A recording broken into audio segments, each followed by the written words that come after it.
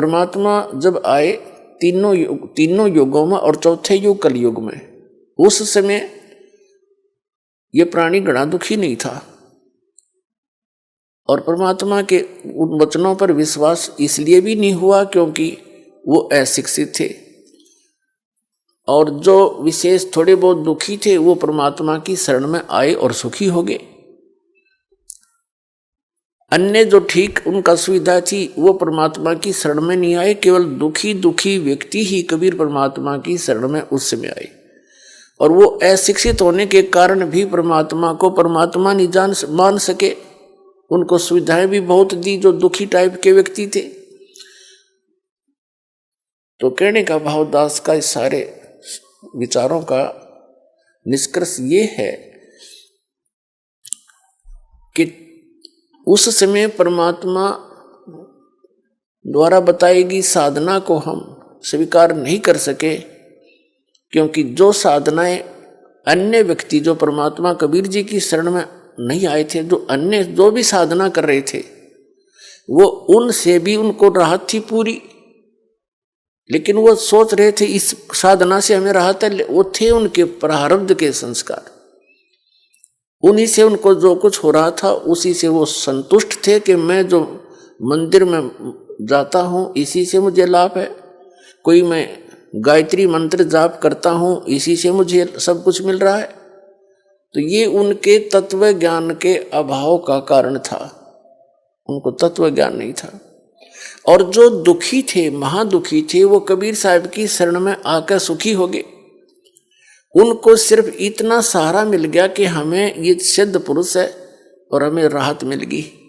दूसरे दुखी नहीं थे, वो आए नहीं, कहने लगे हमें तो जो साधना कर रहे हैं वो बिल्कुल सही है। तो इस प्रकार इस तत्व ज्ञान का अभाव यानी सत्संग की कमी और अशिक्षा, ये हमारे लिए अभी तक आड़े अड़ी रही भगवान के पहचानने में और भगवान के इस ज्ञान को जानने में। परमेश्वर कबीर जी ने 600 वर्ष पहले अपनी प्यारी आत्मा धर्मदास जी से कहा था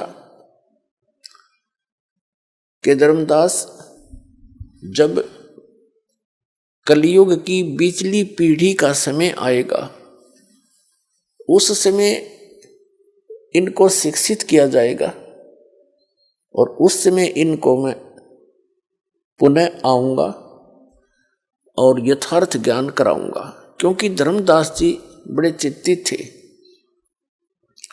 विशेषकर उस समय चिंतित हुए जिस समय परमात्मा ने एक लीला की थी कबीर जी ने, ये देखने के लिए कि जो मेरी शरण में आए हैं उसमें 64 लाख शिष्य कबीर परमेश्वर जी के हुए थे।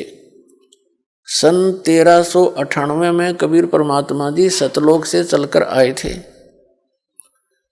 और काशी शहर लहर तारा तालाब के अंदर कमल के फूल पर एक शिशु रूप धारण करके वो प्रकट हुए थे। उनके कोई माता पिता नहीं। वहां से एक नीरू नीमा नाम के जुलाहा पति पत्नी थे, वो परमात्मा को बालक को ले गए थे।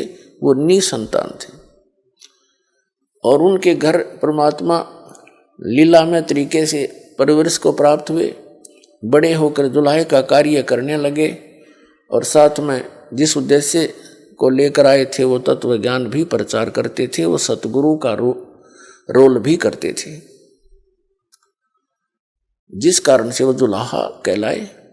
तो उस समय परमात्मा के शरण में जो भी आया, कुछ आशीर्वाद से, कुछ भगवान परमात्मा प्रथम मंत्र देते थे जो दास आपको देता है, इस 5 नाम का, बस इससे उनको बहुत लाभ हुआ। 64 लाख शिष्य बने थे केवल मालिक की इस चमत्कारी शक्ति को देखकर। फिर परमात्मा ने देखना चाहा था कि मैं देखूं ये मुझे एज ए गॉड ट्रीट करते हैं या एज एक संत, ये मुझे भगवान की तरह मानते हैं, मुझे ये भगवान स्वीकार किए हुए हैं, या मुझे एक सिंपल संत मानते हैं। परमात्मा को तो मालूम था ये क्या मानते हैं, लेकिन दिखाना चाह रहे थे धर्मदास को और अन्य अपने निज भक्तों को। परमेश्वर कबीर जी ने एक लीला की थी। एक लड़की वैसा थी, गणका थी, उसने सत्संग सुना, उसको अपने कर्म से नफरत हुई, आत्मा जाग गई उसकी। परमात्मा कबीर जी के चरणों में आई, अपनी सारी कहानी बता दी और प्रार्थना की, मालिक क्या मेरा भी, मेरे जैसी दुष्टा का भी उद्धार हो सकता है? कबीर परमात्मा ने कहा, बेटा आत्मा तो लाल है, ये कीचड़ में गिर जाती है तो जौहरी उसको साफ करके वैसा ही बना लेता है, कीमत में कोई अंतर नहीं होता। आगे गलती ना करना, पीछे जो बनी सो बनी, ये सफाई हो जाएगी। उस बेटी के यह बात समझ में आ गई। उसी दिन से अपना वो दुष्कर्म त्यागा और परमेश्वर कबीर जी की शरण में शिष्या बनकर अधिक से अधिक सत्संग श्रवण करने के लिए आने लगी। अब जब सत्संग के अंदर वो गणिका सुप्रसिद्ध काशी की वैश्या थी, सबको पता था, परमात्मा के सत्संग में आने लगी, कबीर जी के सत्संग में,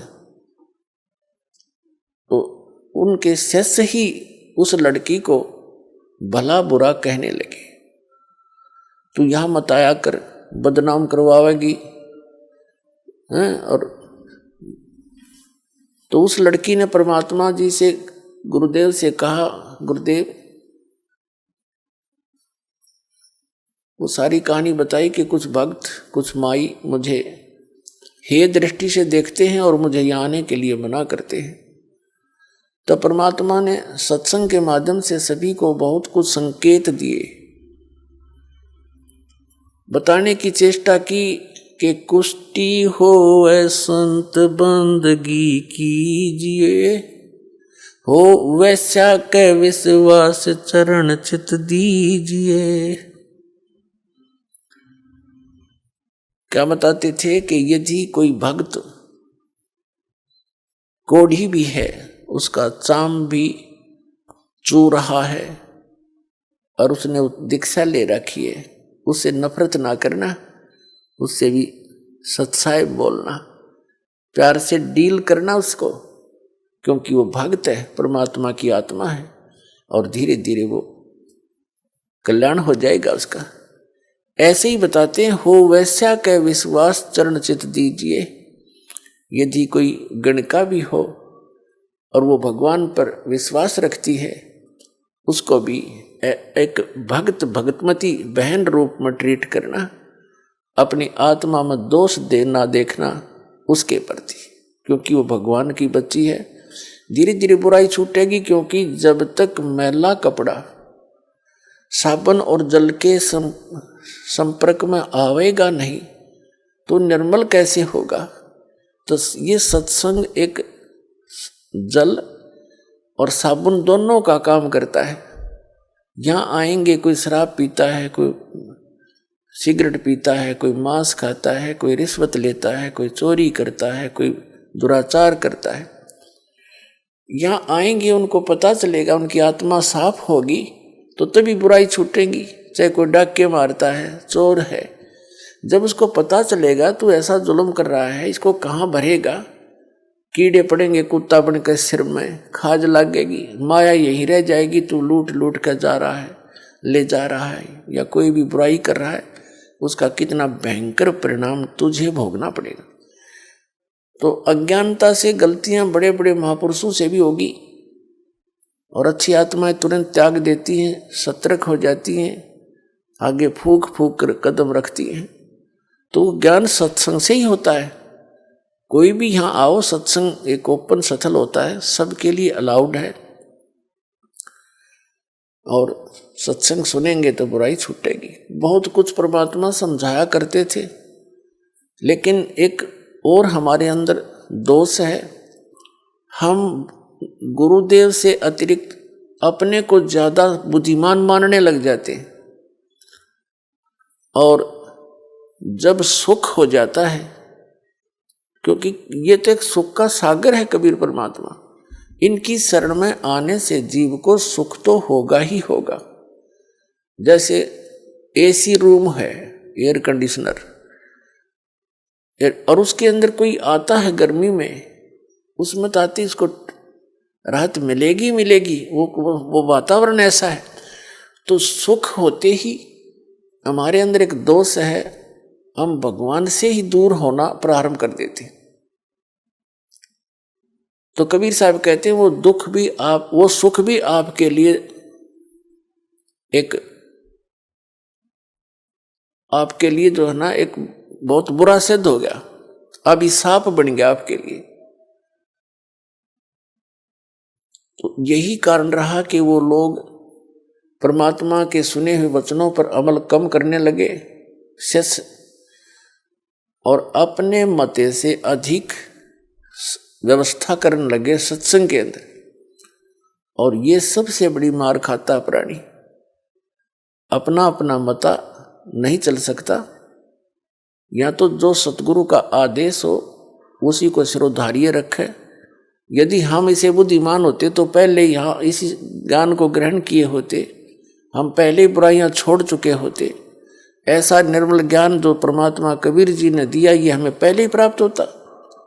अब दो बात सीख ली विद्वान पाक के, और अपनी हिम्मती से फिर आप चलोगे, ये यहाँ ऐसा ठीक नहीं, यहाँ ऐसा होना चाहिए, खाक होना चाहिए। जो व्यवस्था सतगुरुदेव कराते हैं वो सिरोधार्य होनी चाहिए भगत के लिए, और जो आदेश थे वो सिरोधार्य होना चाहिए। भक्त भक्त ही होता है। नमस्कार सर। सतसाहिब जी। सर क्या नाम है आपका? मेरा नाम सत्येंद्र सिंह है जी। सर कहाँ से आए हैं आप? मैं यूपी का रहने वाला हूँ जी। जिला मेरा बागपत है, गांव शेरपुर द्वारा, और थाना छपरौली, तहसील बड़ौत।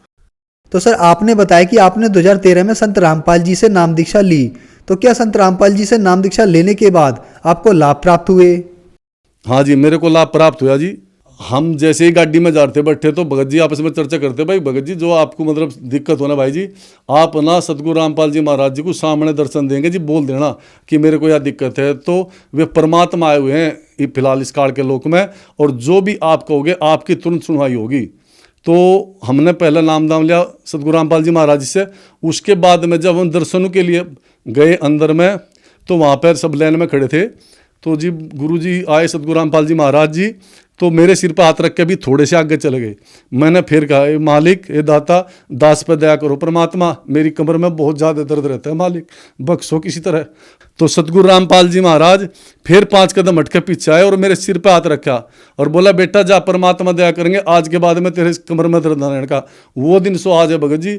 मेरे तो कभी कमर में दर्द हुआ नहीं, ना ही मैं गोली खाता हूँ। और मैंने 6-7 महीने अभी यहाँ नसीरपुर मंडी में सब टमाटर का काम मैंने करा, एक के यहाँ पे नौकरी करता था, और मैं कम से कम 50-60 ट्रे डेली उठा के गाड़ी से तारना, ऊपर रखना, लोड करना, जिसमें एक क्रेट के अंदर 25 से 30 किलो वजन होता है।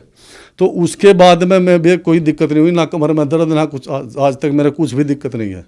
तो ये लाभ परमात्मा ने दिए। और 2 बार परमात्मा ने मेरे को, सतगुरु रामपाल जी महाराज ने जीवन दान दिया। एक बार मेरे को, मैं LNT, ये अपना शिवाजी मार्ग पे है कंपनी LNT, तो उसके अंदर मैं मतलब बैठा था, वो वहाँ पर ना मतलब पंखा तो नहीं था उस रूम में, और उसमें ना एक एग्जॉस्ट फैन लगा रखा था ऊपर 24 इंच का बड़ा, तो उसी चला के सब बैठते थे, सुबह में भी चाहे दोपहर में। तो मेरी ड्यूटी जैसे लगी तो मैं भी उसके नीचे स्टूल रखा और एग्जॉस्ट फैन जैसे चलाया, तो एग्जॉस्ट फैन चल रहा है, और जैसे ही मैं बैठते ही वो एग्जॉस्ट फैन ऊपर से पड़ा, कटाक देसी के ऊपर से पड़ते ही मेरे थोड़ा सा हल्का सा बाल पे लगा, थोड़ा सा कंधे पे, और जिस स्टूल पे वो लगा ना, उस स्टूल पे 1 इंची वो फट्टा काट दिया उसने। तो मेरे को परमात्मा ने, मैं सोचा अगर आज मालिक के चरण कमलों में ना होता तो मेरा आज मृत्यु निश्चित थी, क्योंकि इसमें कोई दाय नहीं कि परमात्मा ने इतना बचाया। भाई सिर पर लगा, कंधे पर लगा, और फिर बगल स्टूल रखा जिसमें 1 इंची लकड़ में धस गया तो शरीर का क्या हाल कर देता है ये। तो मैंने वहाँ से भी बताया उनको, भाई ऐसे ऐसे बात होगा। वे बोले चलो कोई बात नहीं भगत जी, हम इतना आपके लिए ना पंखा लगवा देते हैं। चलो कोई बात नहीं, लगवाओ तो कोई बात नहीं। और ऐसे ही फिर वहीं LNT में एक जिन्ना था, नीचे बेसमेंट से आके ऊपर आते थे। उस जिन्ने में 14-15 पैड़ी थी कि बेसमेंट से ऊपर आना था उसमें। तो मैं सुबह सुबह ताला खोला और ताला खोलने के बाद पता नहीं कैसे मैं एकदम से पलट गया नीचे। मेरे थोड़ी सी यहाँ पर चोट लगी हल्की सी, ये यहाँ पर अब भी निशान है इसका। वैसे तो मैं टांका इसमें नहीं लगवाया, और इसमें मालिक की कृपा से, नहीं तो नाड़ टूट जाती 15 पेड़ी पे से, या कोई पढ़ कर देख लो। तो वहाँ भी मालिक ने मेरी जान बख्शी, परमात्मा ने मेरे एक बारी मतलब मालिक आपके चरण कमल में होते मैं ऐसे कैसे ढापड़ा, बस ऐसे ही दया करी परमात्मा ने, बंदी छोड़ सतगुरु रामपाल जी महाराज ने। तो मेरे को जब से अब तक कोई परमात्मा की कृपा से, सतगुरुदेव जी की कृपा से कोई दुख ना है, मालिक की कृपा से ठीक चल रहा। और जी मेरी एक बार नौकरी भी छूट गई थी 2014 में जी। तो मैं जितना मेरे में ताकत थी तो सरकारी मतलब अपना साइकिल पे घूमता, दिन भर जहाँ भी जाता वो कोई बोलता तेरी उम्र ज़्यादा हो गई है, कोई कह देता तेरा तो पेट बड़ा हो गया है, तो मेरी नौकरी नहीं लग रही। तो मैं घर से ही सतगुरु रामपाल जी महाराज जी के चरण कमलों में अरदास लगाई है, परमात्मा दास की नौकरी छूट गई मालिक, ये 2 बच्चे हैं, भगतमती है मेरी पत्नी और मैं, हम 4 आदमी क्या खाएंगे मालिक यहाँ दिल्ली में। तो परमात्मा ने कहा बेटा उधर से मिला फिर शाम के टाइम में, तो परमात्मा का यही आदेश है कि कोई बात नहीं बेटा, परमात्मा दया करके तू घबरा क्यों रहा है, परमात्मा की मतलब चरण कमलों में है, तू चिंता मत करे किसी बात की। तो परमात्मा ने मेरे को फिर मतलब अगले दिन ही स्काई लार्क सिक्योरिटी के एक फील्ड अफसर थे अरविंदर जी, उन्होंने फ़ोन करके बुलाया कि भाई सतेंद्र भगत मतलब तू कब तक बैठा रहा घर पर, नौकरी कर ले भाई, आजा, नौकरी नहीं करना क्या। तो फिर मैं स्काई लार्क में लग गया, और जब से मैं खुद छोड़ दी 3 नौकरी, पर दूसरी परमात्मा पहले ही तैयार रखते हैं कि बच्चा इसमें परेशान हो गया है, दूसरी तैयार रखते हैं मालिक।